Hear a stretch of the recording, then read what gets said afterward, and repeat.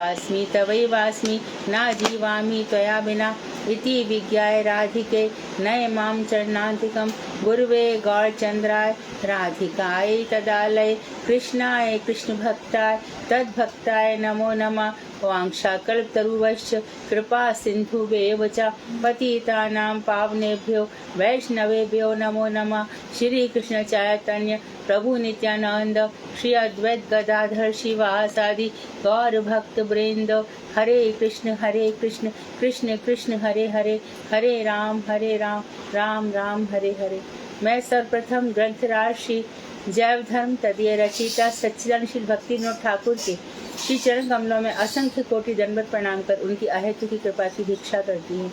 मैं मदीय गुरुपाद पद्म नित्य प्रविष्ट ओम विष्णुपाद अष्टोत्तर शतर श्रीमद भक्ति वेदांत नारायण गोसाई महाराज मदीय शिक्षा गुरु पद्म पद्म परमाराध्यतम नित्य प्रविष्ट ओम विष्णुपाद श्री बावन गोसाई महाराज के अभय चरण कमलों में कोटि कोटि दंडवत प्रणाम कर उनकी अहेतु की कृपा की वांछा करती हूँ।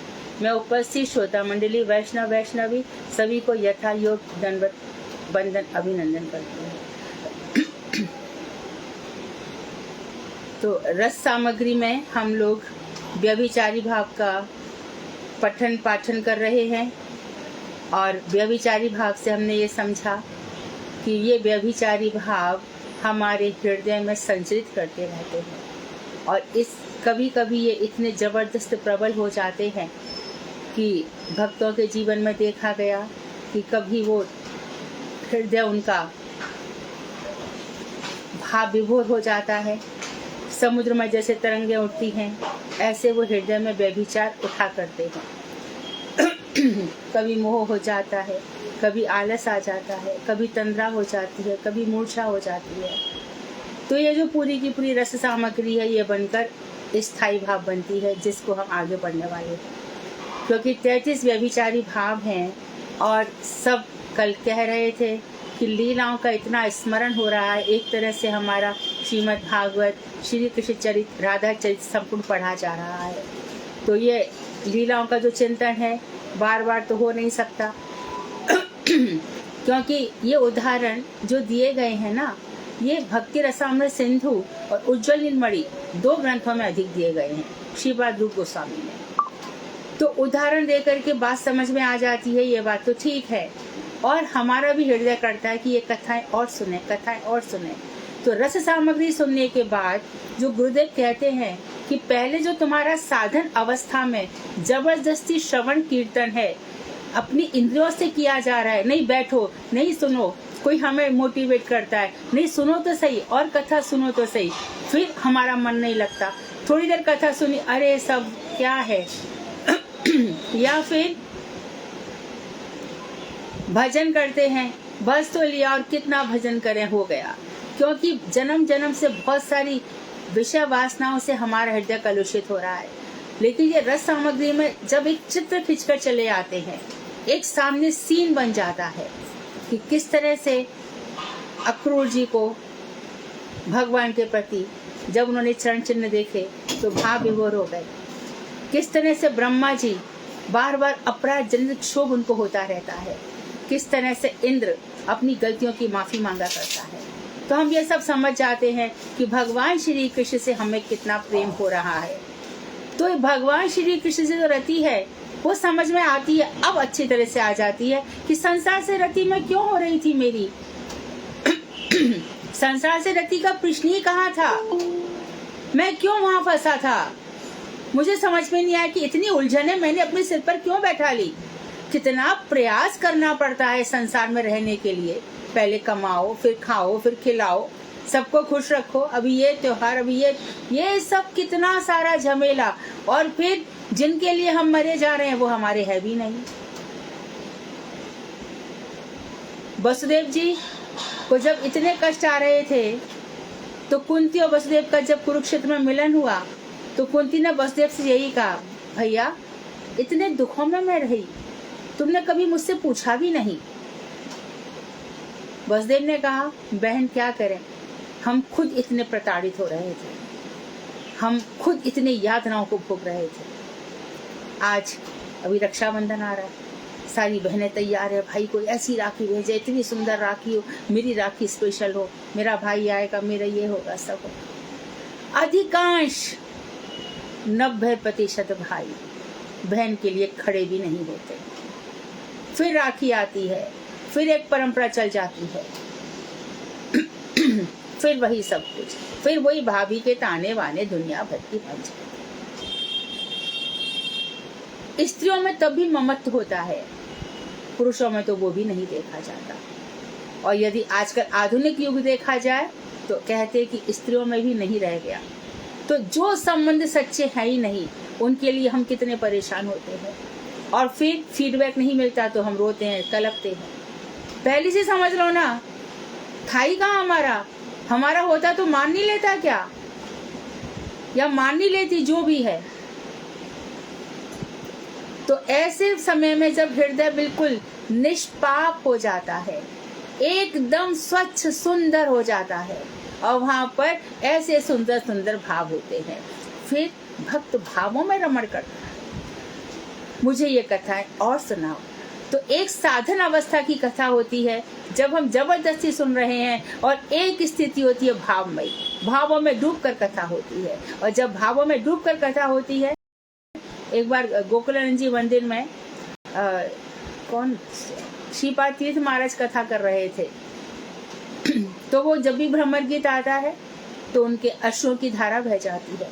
तो वहाँ एक संत आए थे, हमने देखा वो मूर्छित हो गए थे।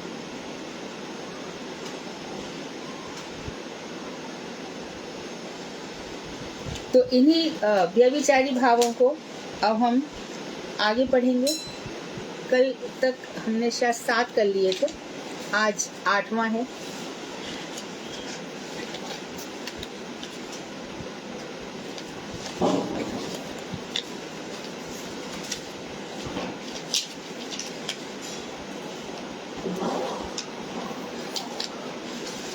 आठवां व्यभिचारी गर्व है, अभिमान हो जाना। तो ये सब अभी हम लीलाओं में पढ़ रहे हैं। भक्त कौन सी स्टेज पे चलते हैं? पहले श्रवण, फिर साधु संग, पहले श्रद्धा, फिर साधु संग, फिर भजन क्रिया, अनर्थ निवृत्ति, निष्ठा, रुचि, आसक्ति, भाव, फिर प्रेमा भक्ति, फिर साधन भक्ति, ये खत्म हुआ, उसके बाद भाव भक्ति, और उसके बाद प्रेमा भक्ति। भक्त इस स्टेज पे चलते हैं। यहाँ पर भक्तों का स्टेज चल रहा है। तो भक्तों में अपने सौभाग्य के कारण, रूप के कारण, यौवन के कारण, और सर्वश्रेष्ठ वस्तु का आश्रय है। इसमें सर्वश्रेष्ठ वस्तु का आश्रय देखो। यद्यपि मीरा हमारे लिए आदर्श नहीं है, क्योंकि उन्होंने द्वारकाधीश की उपासना की थी, कृष्ण को पति बनाने में राधा जी की उपासना नहीं की, राधा जी की सेविका नहीं रही। लेकिन हम देखते हैं कि मीरा को सारी तरफ से घर वालों से प्रताड़ना मिली, लेकिन एक तरफ से गर्व ये था कि मैं कृष्ण की हूँ। जाके सिर मोर मुकुट मेरो पति सोई, वही मेरा। तो उनको ये गर्व हो गया था, और यही गर्व ने उनका कल्याण भी कर दिया था। पुष्टि मार्ग वाले बोले, अरे हम मीरा को क्यों माने? क्यों? अरे विष था, प्रसाद था, तो उसने ऐसे ही पी लेती। भगवान का ये विष को सोच करके, हे कृष्ण मैं इसको पीती हूँ, ये कहने की क्या जरूरत थी? प्रसाद आ गया, फिर जो आ गया सो आ गया। एकादशी का व्रत किया, हमेशा जगन्नाथ जी का जो प्रसाद है हाथ में, बस खा लिया, फिर क्या है? पारण हो गया, हाँ मैं तो जगन्नाथ जी का प्रसाद ले लिया। तो जितनी सर्वश्रेष्ठ वस्तुएं जो कृष्ण से संबंधित होती हैं, भक्ति के पास होती है, भक्त को उनको गर्व हो जाता है। हमें गर्व है ना, हमारे गुरुदेव तो नारायण गोसाई महाराज है, हमारे गुरुदेव तो वामन गोसाई महाराज है। आपको भी इसी तरह से गर्व है। हमने बहुत ही सर्वश्रेष्ठ गुरु का आश्रय लिया है, तो इस तरह से गर्व हो जाता है। इसमें क्या है, बड़े बड़े लक्षण में क्या उल्हाने दिए जाते हैं, और कभी कभी घमंड के कारण उत्तर नहीं देते, और अपने अंगों को, कभी गर्दन को देखते हैं, कभी हाथों को देखते हैं, और कोई कुछ पूछे तो अपनी बात को छुपा के रखेंगे या किसी से बात नहीं करेंगे। तो कृष्ण कर्णामृत में देखा जाता है कि बिल्वमंगल से कृष्ण कहते हैं कि अब बिल्वमंगल ने खूब भगवान के सौंदर्य का वर्णन किया, भगवान के चरणों के सौंदर्य का वर्णन किया, उन नटवर नागर के नूपुरों की झंकार का भी खूब वर्णन किया, उनके कर्ण और कर्ण में पहने मकराकृति कुंडल का भी खूब वर्णन किया, उनके हृदय पर झूल रहे वाले मनोहर हार का भी खूब वर्णन किया। तो कृष्ण थोड़े गर्वीले हो गए और गर्वीले होकर के क्या हुआ, बिल्वमंगल चलने लगे तो बिल्वमंगल ने उनका हाथ पकड़ा। अब भक्त को भी गर्व हो गया, भक्त ने कहा अच्छी बात है कन्हैया, हाथ छुड़ाए जात हो निर्बल जान के मोर, हृदय से जब निकसोगे तब जानूंगो तो। कन्हैया तुम मेरा हाथ छुड़ा के जा रहे हो क्योंकि मैं बहुत निर्बल हूँ, कमजोर हूँ, दिखता नहीं मुझे। बहुत हिम्मत है ना तुम्हारे अंदर, हृदय से निकल कर दिखाओ। ये भक्त का गर्व है। लाख मुझे रुला लो, कष्ट दे लो, कितना भी मुझे संसार की प्रताड़ना दे लो, मैं तुम्हारा हूँ, मैं तुम्हारा हूँ, मैं तुम्हारा हूँ। अब क्या होगा, जो कृष्ण की इच्छा होगा तो होगा। तुम्हें डर नहीं लग रहा, हम क्यों डरे, डरेगा तो वो कृष्ण। तुलसीदास जी ने क्या कहा, रावरी बिगारी जो बिगारी बिगड़ेगी कहा, कहा लोक वेदी न लोक कहा कहे वो। आपका बिगाड़ा हुआ मेरा कुछ नहीं बिगाड़ने वाला है। आप चिंता करो कि सब कहेंगे तुलसी के, राम के भक्त तुलसी को ये साथ, तुलसी के साथ ये क्या हो रहा है। तो इस तरह से भक्त के अंदर गर्व हो जाता है।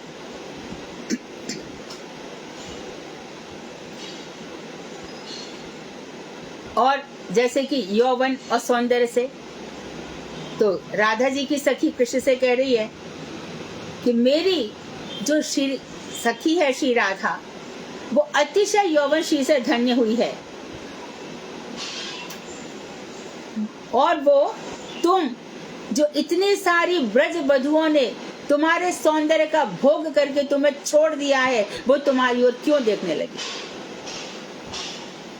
या ही माधव या ही केशव, जाओ माधव जाओ केशव, यहाँ से चले जाओ। कभी कभी गुणों से भी हो जाता है।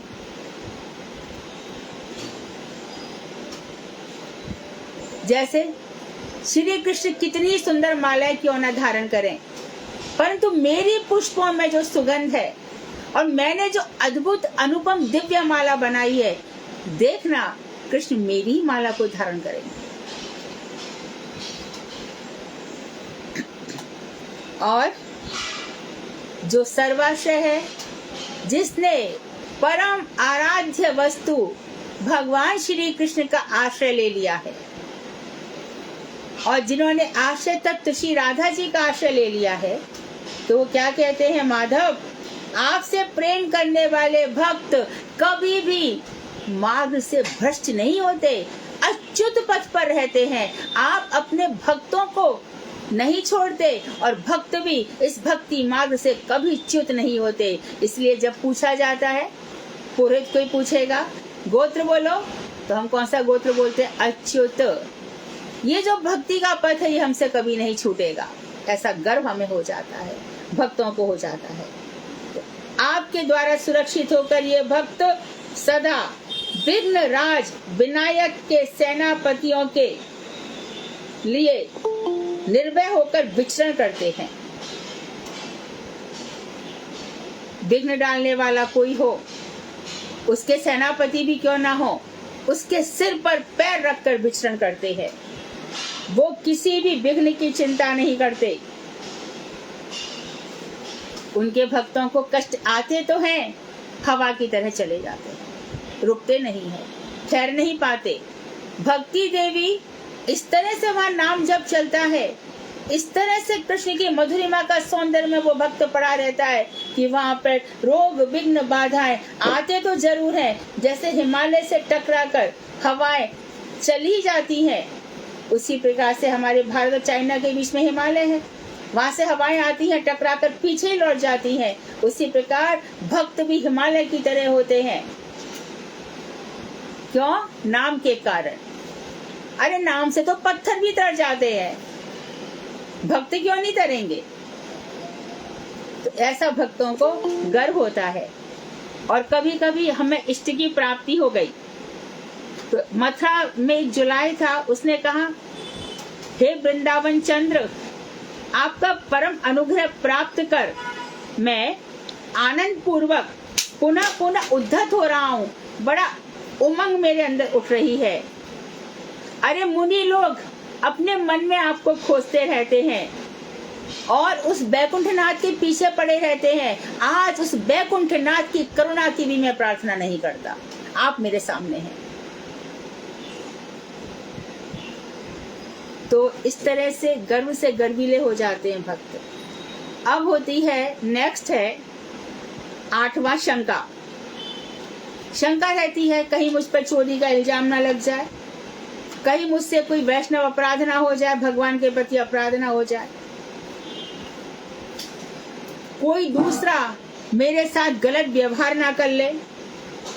ये हमेशा शंकाएं बनी रहती है। तो इसके लक्षण है, मुख सूख जाता है, व्यक्ति यहाँ वहां देखता रहता है और कभी कभी छुप भी जाता है। तो शंका, जैसे कि ब्रह्मा जी ने चोरी कर ली, तो पद्म योनि ब्रह्मा कपट पूर्वक बछड़े और ग्वालों का हरण करके श्री कृष्ण से छुपने की इच्छा करते हुए अपने 4 मुख और 8 नेत्रों को घुमा घुमा कर इधर उधर कृष्ण को देखने लगे। ये शंका है। अक्रूर ने भी जब स्यमंतक मणि को चुरा लिया तो अपने को छुड़वाने के लिए वह दूर देश में चला गया, लेकिन ये जो निंदित कर्म था उसके चित्त को बार बार चूर्ण चूर्ण कर देता था, चकनाचूर कर देता था। मैं स्यमंतक मणि को क्यों चुरा करके यहाँ ले आया? तो चोर व्यक्ति को हमेशा शंका बनी रहती है कि कोई ना कोई दिन मेरी चोरी खुल जाएगी, यहाँ नहीं तो वहां नरक मुझे जाना पड़ेगा।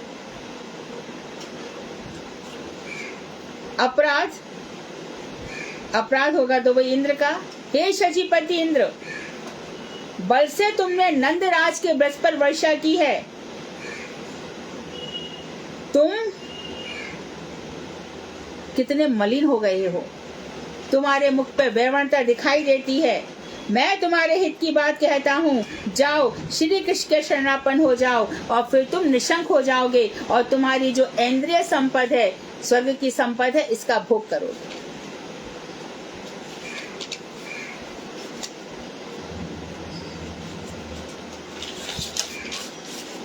इसी तरह से त्रास, डर लगा रहता है।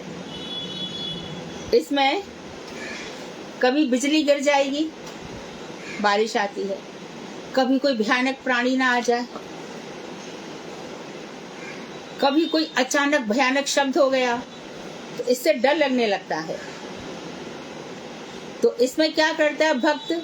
या तो अपने पास वाले को पकड़ लेता है या कहीं जाकर छुप जाता है, कांपने लगता है और कभी कभी स्तंभित हो जाता है, जड़ीभूत हो जाता है, जैसे मानो बिजली गिर गई।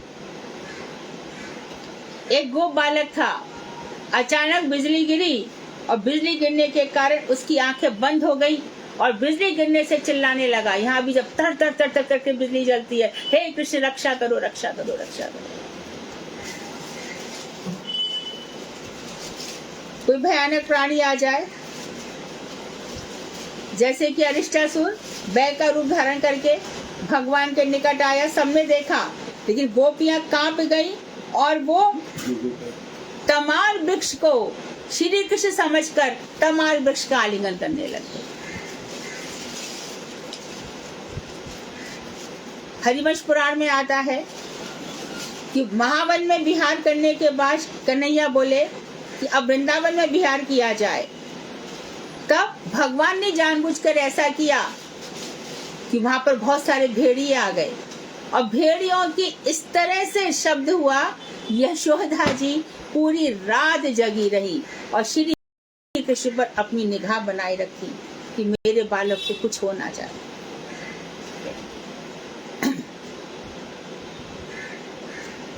अब 10वां है आवेग। आवेग हर चीज का होता है, हर वस्तु में आवेग आ सकता है। क्रोध में भी आवेग आ सकता है, प्रेम में भी आवेग आ सकता है, तृष्णा में भी आवेग आ सकता है। तो इसमें चित्त का संभ्रम, चित्त डामाडोल हो जाता है। तो यह आवेग जैसा कि हमने बताया कई प्रकार का होता है। कुछ का हम वर्णन करते हैं, जैसे कि प्रिया का दर्शन किया, किसी अपने प्यारे का दर्शन किया, तो जैसे ही भगवान श्री कृष्ण गौचारण करके आए, बस बछड़े को चराते हुए आए, तो मैया का वक्ष स्थल दूध से भीग गया। प्रिय दर्शन से कितना आनंद है। और कभी प्रिय श्रवण, प्रिय की समाचार आ रहा है, अभी तो पता नहीं। पहले कहते थे कि कौआ घर की जब आवाज पर बोलता है, टेर करता है, तो समझते कोई मेहमान आ रहा है, कोई हमारा प्रियजन आ रहा है। तो प्रिय की सुनने की, तो जिसका मन पहले से ही श्री कृष्ण की कथाओं को सुनकर उनमें लगा हुआ था, ऐसी यज्ञ पत्नियां जब उन्होंने सुना कि पास ही के वन में, भांडिर वन में कन्हैया अपने सखाओं के साथ आ गए हैं, तो बस प्रेम के आवेग में व्याकुल हो गई। जैसे प्रिय के दर्शन से होता है, ऐसे अप्रिय के दर्शन से भी होता है। जब स्वप्न में रात में बहुत डर गई थी यशोदा जी पूतना से, उनको बड़ा भय हो गया था। तो जब भी वो रात को पूतना को देखती थी कि मेरा कन्हैया पूतना के वक्ष स्थल पर पड़ा है, तो यह कहते हुए वो उच्च स्वर से चीत्कार करने लगती थी और व्याकुल होकर के उनको चक्कर खाने लग जाती थी, चक्कर आने लग जाते थे। तो भगवान श्री कृष्ण की जो लीलाएं हैं इसलिए तो रसीली है, वहाँ कुछ ना कुछ चलता ही रहता है, वहाँ सब भावों में डूबे रहते हैं। यहाँ तो परकिया रस है, राधा जी इत्यादि को, अभिमन्यु इत्यादि का सामना करना पड़ता है। गोलोक धाम में नहीं है भैया, गोकुल में भाव जरूर है, क्योंकि परकिया भाव में मिलन की संभावना बहुत अधिक है। इसे योग माया ने कृष्ण को रस देने के लिए परकिया भाव का इमेजिनेशन किया और फिर इसको डेवलप कर दिया गोपियों के अंदर। तो जिस समय भगवान श्री कृष्ण ने गैया चुराई थी और सारे ग्वालों का वेश धारण किया था, उसी समय गर्गाचार्य के आदेश पर सारी की सारी जो लड़कियां थी उस समय कृष्ण की समवयस्क सेम एज वाली, सबने उन ग्वालों से शादी कर दी थी कि इस समय जो शादी करेगा वो सब बेटियां, उनका सुहाग अमर रहेगा। उस समय ग्वाल बाल तो छुपे हुए थे कंदरा में ब्रह्मा जी के द्वारा। श्री कृष्ण ने ग्वालों का रूप धारण कर लिया था, इसलिए वास्तविक पति कौन है, गोपाल चंपू आप पढ़ेंगे उसमें जीव गोस्वामी पाद स्पष्ट रूप से लिख रहे हैं। तो वास्तविक पति कौन है, उनके कृष्ण ही है। परंतु छुप छुप के मिलने जाना और एकदम झटके से मिलना, उसमें जमीन आसमान का अंतर है।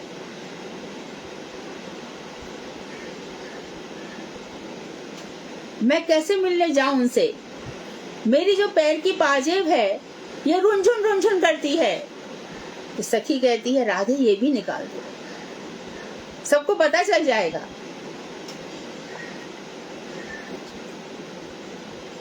कभी कभी हमें अप्रिय श्रवण से भी हो सकता है, जैसे कि यमुना के तट पर दामोदर लीला में जब यमलार्जुन वृक्ष के बीच में श्री कृष्ण घुस गए, तब सबने यशोदा जी से कहा अरे मैया कन्हैया वहां पर जाके गिर गया दो वृक्षों के बीच में। तो कन्हैया इस समाचार को यशोदा इस समाचार को सुनकर के एकदम व्याकुल हो गई, घबरा गई, किंग करते विमूढ़ हो गई, क्या करूं क्या नहीं करूं।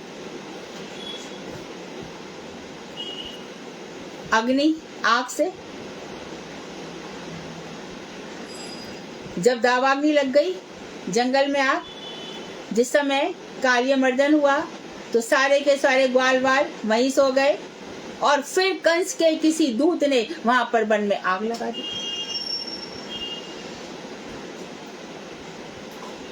तो चारों ओर श्री कृष्ण के चारों ओर सारे ग्वाल ग्वालिन खड़े हो गए आवेग में आकर, कृष्ण रक्षा करो रक्षा करो। इसी प्रकार जब ब्रज में आंधी चली बड़ी जबरदस्त, क्योंकि तृणावर्त असुर आया, उस समय वो इतना भारी हो गए थे कृष्ण, योग माया ने किया जानबूझ करके। यशोदा जी ने कन्हैया को अपने पास नीचे रख लिया, तृणावर्त आया और उनको उठा करके ले आया। तब भगवान ने तृणावर्त के गर्दन पकड़ लिए दोनों हाथों से, वो नीचे आके गिरा। लेकिन बलराम जी धाम तत्व हैं, बलराम जी ने आकर वो धाम बन गए और सारा की सारा जो स्थान है नीचे का जमीन का वो एकदम कोमल हो गया। तो ये जो आंधी चली इससे सारा की सारा गोकुल व्याकुल हो गया। कभी कभी बहुत बरसात होती है, हाथी की सूंड के समान मोटी मोटी मूसलाधार बारिश पड़ती है, तो सारे की सारे लोग कहाँ पहुंच गए? श्री कृष्ण की शरण में पहुंच गए। और कोई एक था वो तो और घबराया, उसने कन्हैया से कहा, कन्हैया अंदर चला जा, तू बहुत छोटा है। तो लीलाओं में ये सब भाव देखे जाते हैं। कभी कभी उत्पात होते हैं, उपद्रव होते हैं अकस्मात। जैसे कि एक प्रसंग है, अकस्मात पृथ्वी कांप रही है, आकाश में भयंकर उल्काएं, तारे टूट रहे हैं और उल्काएं फिर तारे टूटकर भ्रमण कर रहे हैं। यशोदा कह रही है, और मेरा बालक कन्हैया इस यमुना के तट पर जहाँ पर कालिया नाग रहता है वहां विचरण कर रहा है, हाय मैं क्या करूं।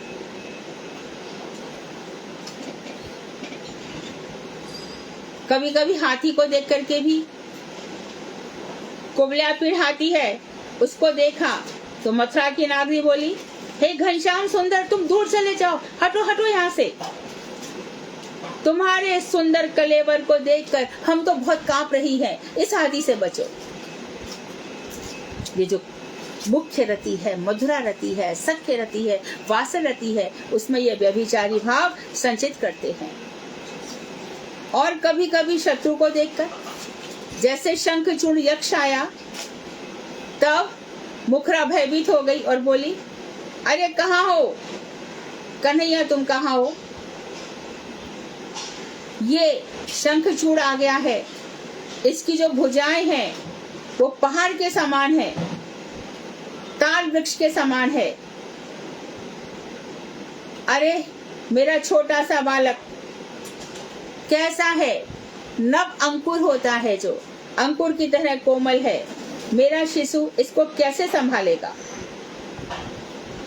लेकिन कभी कभी शत्रु में जो आवेग होते हैं उसको देख करके भक्त बड़े प्रसन्न हो जाते हैं।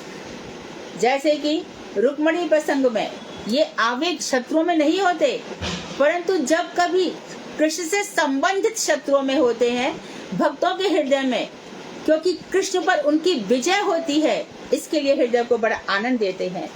जैसे कि जरासंध इत्यादि राजा रुक्मणी प्रसंग में बोले सिपाहियों से, अरे घोड़ा लाओ घोड़ा, रथ लाओ रथ, मेरा हाथी लाओ, तरकश लाओ तरकश, अरे धनुष देना धनुष, अरे कटारी लाओ कटारी, अरे डर क्यों रहे हो, क्यों डर रहे हो, ये लो मैं आ गया, अरे डरने की कोई जरूरत नहीं है।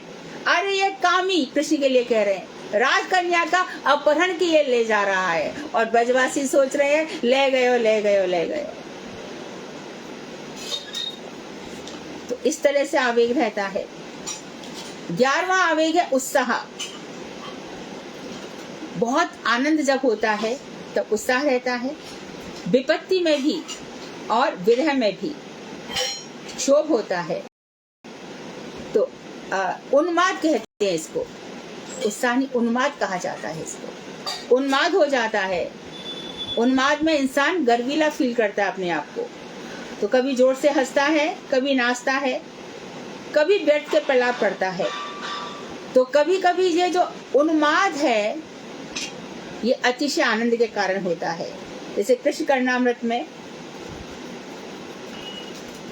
देखा जाता है, एक वर्णन आता है, श्री राधा जी का पूरा की पूरा चित्त श्री कृष्ण में समर्पित है और उनको दही मथने को कहा गया है, लेकिन वो ऐसी मटकी में दही मथ रही है जहाँ दही है ही नहीं, और मथानी की जगह वो रुई बिलो रही है। अतिशय आनंद में दोनों एक दूसरे को देखकर आनंद में इतने डूबे हुए हैं। और भगवान श्री कृष्ण क्या कर रहे हैं? गैया का दूध नहीं धो रहे, वो जो धवल नाम का वृषभ है बैल, उसका दूध धोने लग जाते हैं और परस्पर एक दूसरे को देख करके उन्माद यानी कि ऐसा पागलपन हो जाता है, दोनों को होश नहीं रहता।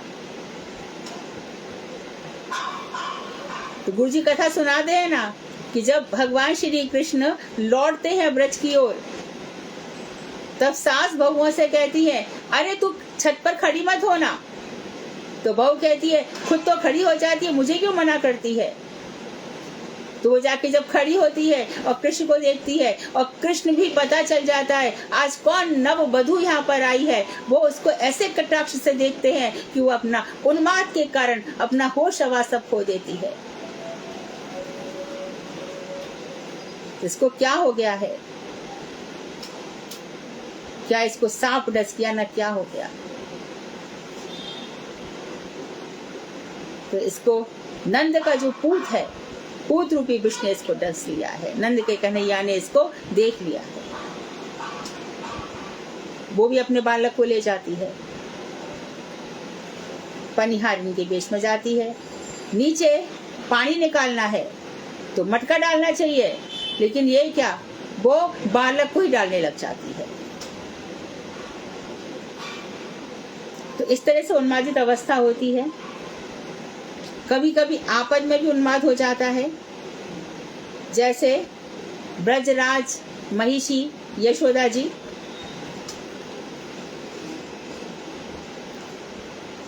बार बार ब्रह्म अवस्था को प्राप्त करके उन्मादित हो रही थी। कब? जब कन्हैया यमुना जी में उतर गए। कालिए यमुना का पानी पूरा विष से भरा है। तो यशोदा क्या कर रही है? हर पशु से कहती है, अरे यांत्रिक, मेरे बेटे का विष उतार देगा ना। हर वृक्ष से कहती है, तू तो मंत्र उतारने वाला है। वृक्ष को भी मांत्रिक मान लेती है और पशुओं को यांत्रिक मान लेती है, और सबसे कहती है, मेरे कन्हैया का विष उतार देना।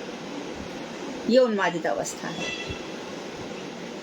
कभी कभी विरह से हो जाता है, जैसे कि रास में हम देखते हैं, रास रजी में जब भगवान छुप गए, भगवान अंतर्हित हो गए, तब गोपियां एक वन से दूसरे वन में ढूंढने लगी, और जितने भी वहां पर लता विरुद्ध तृण लता वनस्पतियां थी, सबसे पूछ रही है, तुमने हमारे श्याम को देखा क्या?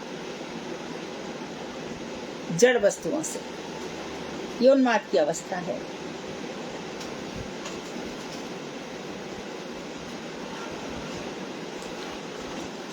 श्री कृष्ण के विरह में भी ऐसी हालत होती है।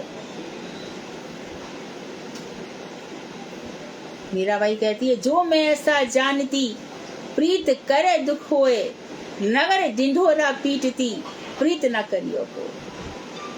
प्रीत करने से ऐसा दुख होता है, तो मैं सबसे कहती, कन्हैया से कोई प्रेम मत करना।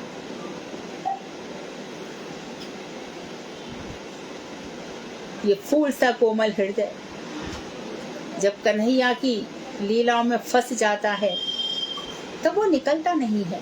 ध्यान रखना, कपटियों का हृदय कन्हैया से प्रेम नहीं करेगा। जिनका हृदय शुद्ध कोमल है, वहां कृष्ण की कथाएं तत्क्षणात् रुध्यते, मई की मई जाकर बैठ जाती है। नेक्स्ट है अपस्मार, 12वां। अपस्मृति, कुछ याद नहीं रहता।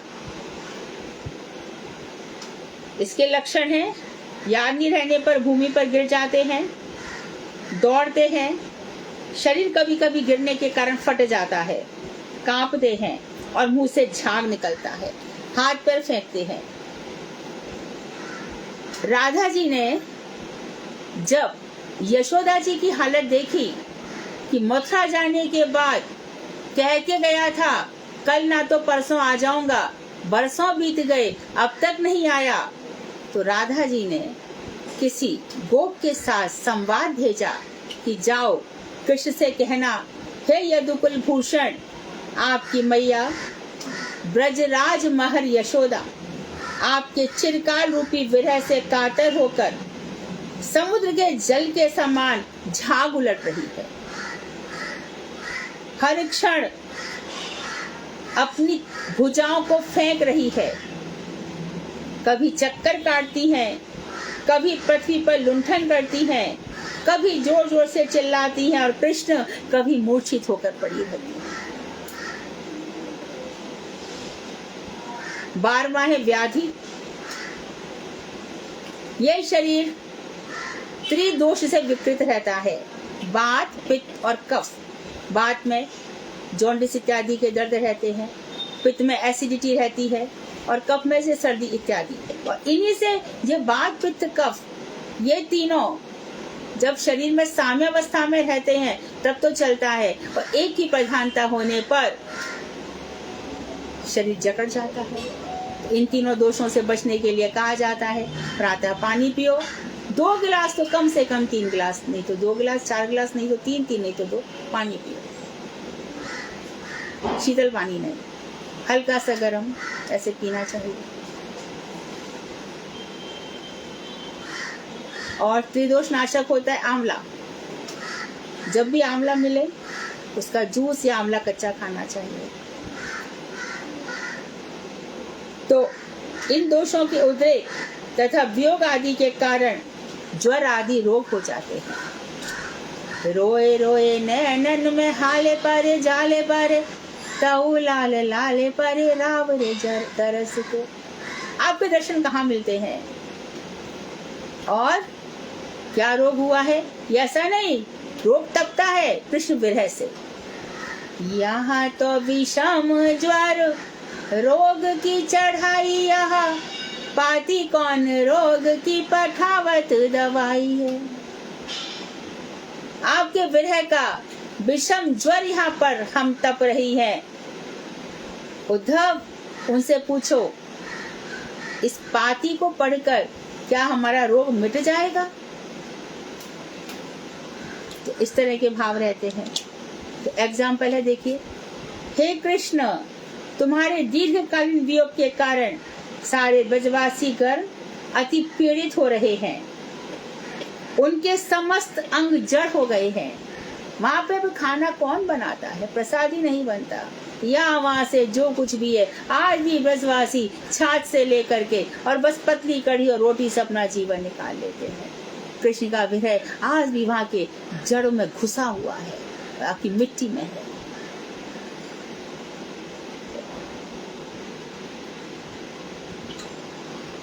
ये ब्रजवासी उत्ताप से जले जा रहे हैं और अस्थिर होकर, घबराकर पृथ्वी पर लुंठन कर रहे हैं। 14वां है मोह। हर्ष, विरह, भय, विषाद से चित्त को मोह हो जाता है, अर्थात बोध नहीं रहता, ज्ञान नहीं रहता, मूर्खता सी आ जाती है। तो पानी में गिर जाता है, इंद्रियां शून्य हो जाती हैं, चेष्टा रहित हो जाता है। एक एग्जाम्पल है, हर्ष से मोह हो जाता है। जैसे कि ये बहुत सुंदर उदाहरण है श्रीमद् भागवत का। सूत जी कह रहे हैं, शौनक आदि ऋषियों सुनिए, महाराज परीक्षित ने जब श्री कृष्ण की कथा की जिज्ञासा की तो श्री सुखदेव मुनि के हृदय में श्री कृष्ण की अनंत स्मृतियां जाग उठी। अनंत स्मृति, ये क्या है? अनंत स्मृतियां, एक के बाद एक कथाओं के सूत्र आ रहे हैं और हृदय पर प्रभावित हो रहा है। हमारे कन्हैया की कैसी कैसी कथाएं। इसलिए बलराम जी अनंत अनंत मुख धारण करते हैं अनंत नाग के ऊपर। आज नाग पंचमी है ना, तो बलराम जी हमारे वही अनंत नाग है भैया, वही हमारी रक्षा करते हैं। सर्प इत्यादि पीड़ा हो तो अनंत भगवान का ही नाम लेने का, तो अनंत भगवान के ऊपर ये पृथ्वी है। तो उन्होंने अनंत अनंत मुख क्यों धारण किए हैं? क्योंकि अनंत अनंत मुखों से भी भगवान श्री कृष्ण की कथा को तो भी कथा पूर्ण नहीं होती। तो सुखदेव जी बड़े प्रसन्न हो रहे हैं, भगवान की अनंत स्मृतियां जाग उठी हैं। हरि हरि अनंत हरि कथा अनंता, गावहि सुनहि बहु विधि संता। हरि की कथाएं अनंत है, संत लोग बहुत प्रकार से इसको गाते और सुनते हैं। इसलिए गौड़िया वैष्णवों का कभी अपमान मत करना।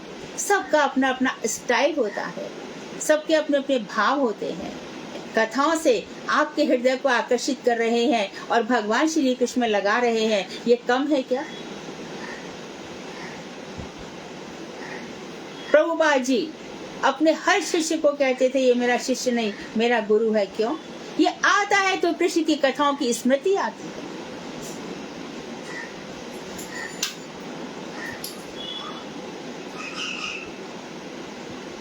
तो श्री सुखदेव मुनि की स्थिति बता रहे हैं कि वो किस तरह से मोहित हो गए।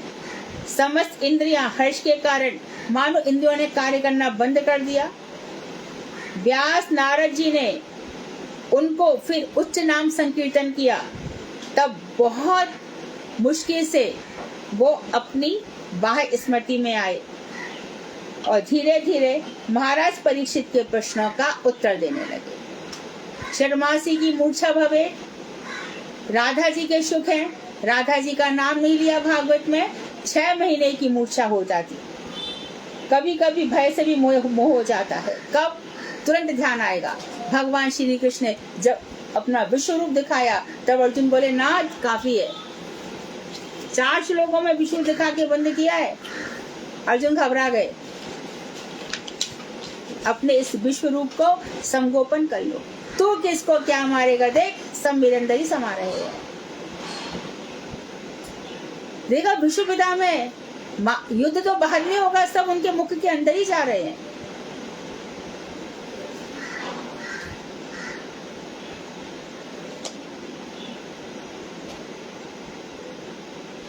तो इस विश्व रूप को देख करके अर्जुन का धनुष गिर पड़ा, बुद्धि भ्रष्ट हो गई और कुछ समझ में नहीं आया। कभी कभी विषाद से भी मोह हो जाता है। जब महाबकासुर ने श्री कृष्ण को ग्रस लिया तो बलराम जी विषाद के कारण बेसुध हो गए। ऐसे लगा मानो बलराम जी में प्राण ही नहीं और सब उनकी इंद्रियां अचेतन हो गई।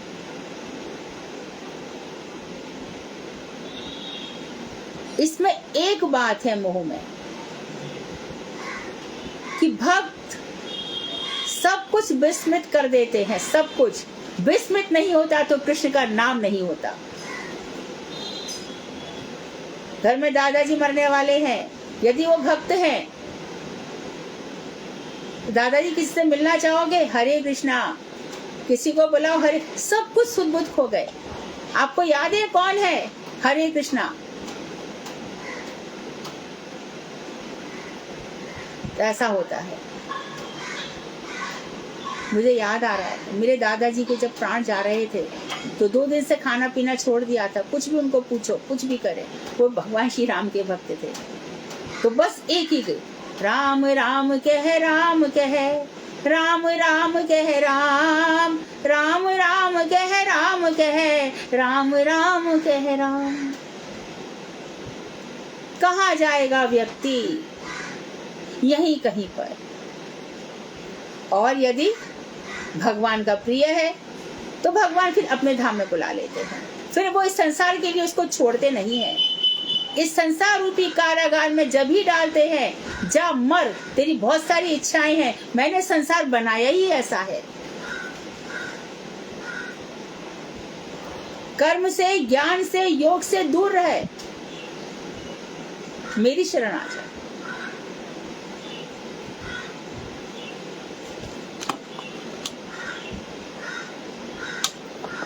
अब है मृत्यु।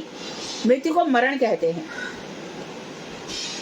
आदि व्याधि विषाद त्रास प्रहार ग्लानि आदि से जो प्राणों का त्याग है उसे मृत्यु कहते हैं, मरण। इस समय जब मरण अवस्था होती है तो वाक्य नहीं निकलते उनसे, अस्पष्ट निकलते हैं। शरीर का रंग भी काला या फीका पड़ जाता है, सांसें मंद मंद धीमी हो जाती है और हिचकी आने लगती है। तो इस रति में ये देखो, काल रात की रूपा पूतना का जब प्राण रूप अंधकार कृष्ण रूप सूर्य के सामने आते ही नष्ट हो गया। तो काल बनकर आई थी पूतना, तो उसके जो प्राण थे वो भगवान श्री कृष्ण रूपी सूर्य के दर्शन करते ही नष्ट हो गए और उसकी कंठ की ध्वनि उल्लू के शब्द के समान घड़-घड़ करने लगी और जुगनू के समान चमकने वाली उसकी आंखें क्षण काल में तिरोहित हो गई, बंद हो गई। तो मरते समय ऐसी अवस्थाएं है। अभी हमें याद करना पड़ेगा गहरी लीला को। माँ रास के समय बहुत सी तो गोपियां पहुंच गई, रास किया, पर कुछ गोपियां भगवान के साथ नहीं गई। उन्होंने ध्यान किया और ध्यान करके ऐसा वर्णन आता है कि उन्होंने प्राण त्याग दिए। ये मृत्यु है। पर उन्होंने वास्तव में ऐसा कहा जाता है कि प्राण त्यागे। प्राण त्यागने पर भी वो मिली कहाँ पर? भगवान श्री कृष्ण के साथ, क्योंकि जो भजन कर रहा है उसकी देह फिर प्राकृत नहीं रह जाती, अब प्राकृत ही हो जाती है। फिर उसका जो शरीर है वो यमलोक और स्वर्गलोक जाने वाला नहीं रहता भाई। यमलोक जाने के लिए कैसा शरीर चाहिए? पातकी शरीर चाहिए, खूब पापी शरीर होना चाहिए। स्वर्ग में जाने के लिए आध्यात्मिक शरीर चाहिए। यातना में शरीर होगा जो यातनाओं को झेलेगा, कोई नरक में जाएगा। लेकिन यहाँ तो शरीर, और जो कृष्ण कृष्ण भज रहा है उसके लिए तो व्यवस्था है कि वो तो गोलोक धाम जाए या भगवान की इच्छा से किसी सद वैष्णव के घर में जन्म लेगा। ये व्यवस्था तो भगवान ने कर रखी है, इसमें तो कोई दो राय ही नहीं है। ये तो हमारे ऊपर है कि हम इसको कैसे ले रहे हैं और अपने जीवन को कैसे सुधार रहे हैं या बर्बाद कर रहे हैं।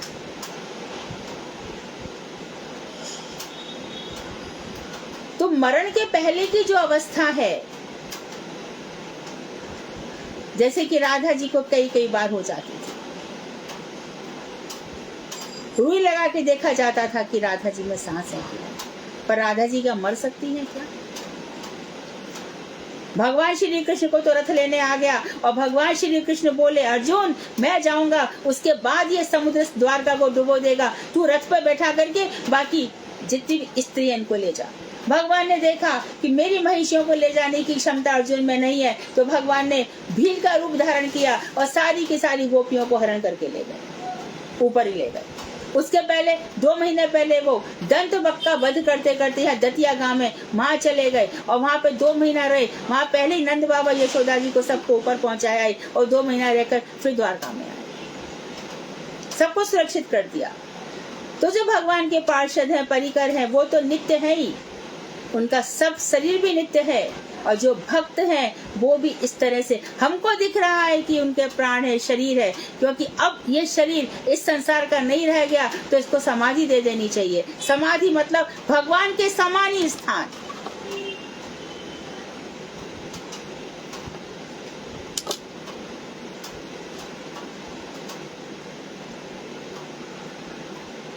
तो आज हम 14 या 15 कर चुके हैं, कल से आगे पढ़ेंगे।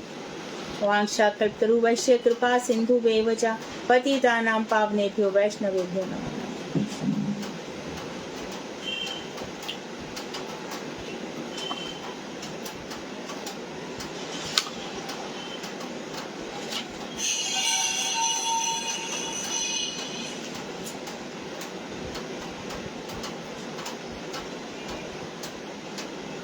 हरे कृष्णा। आदेश करें।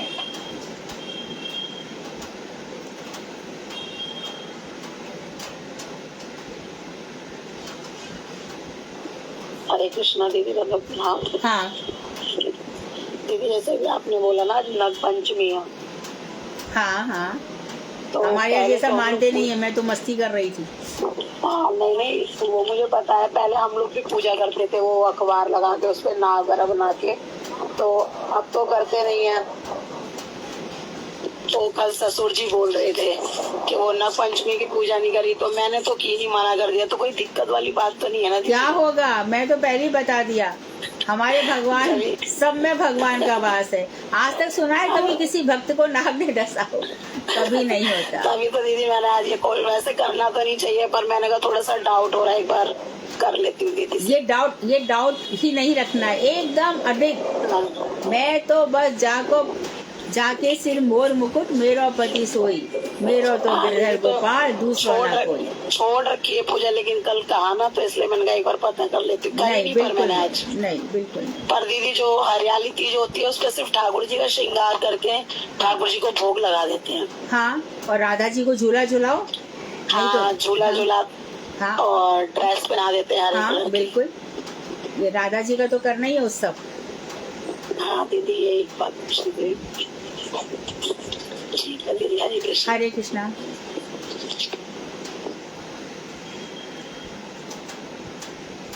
और कोई?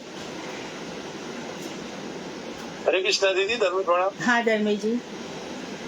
दीदी जब कृष्णा दतिया में आए और दतिया में आने के बाद फिर वापस द्वारका गए? हाँ, 2 महीना दंत भक्त को मारते मारते फिर यहाँ पर आ गए। आकर के देखा कि जिनको उन्होंने लौटाया था तो नंद बाबा ब्रजवासी गोकुल के अंदर ही नहीं गए हैं, वहीं पर यमुना नदी के पार ही बैठे रहे। तब भगवान गए हैं, 2 महीना उनके साथ में रहे हैं, और साथ में रह करके फिर उन्होंने देखा कि अब मुझे लीला संवरण करना है। तो बस नंद बाबा जितने भी उनके परिकर पार्षद थे सबको ऊपर छोड़ करके फिर आकाश मार्ग से द्वारका आए। जब वापस द्वारका भी गए? हाँ, फिर बाद में द्वारका आए। तो वो जब द्वारका गए तो अपने ब्रजवासी सब गोलोक में चले गए? हाँ, पहले उनको छोड़ आए थे। अच्छा, मैं ऐसा समझता था कि द्वारका से आए और फिर यहाँ से पूरे ब्रजवासी को लेके साथ में गए। नहीं, आप गोपाल चंपू पढ़िए।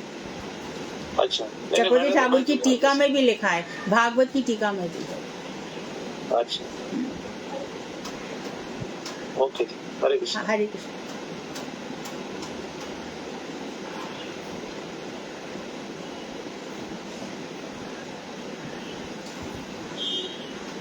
और कोई प्रश्न? अभी सबके हृदय में रस संचरित हो रहा होगा जरूर। भगवान की लीला बड़ी मधुर है।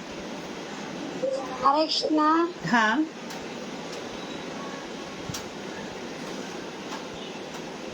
हरे कृष्णा।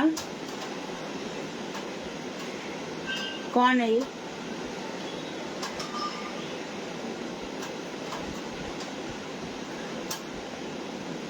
क्या हुआ, कुछ प्रॉब्लम आई?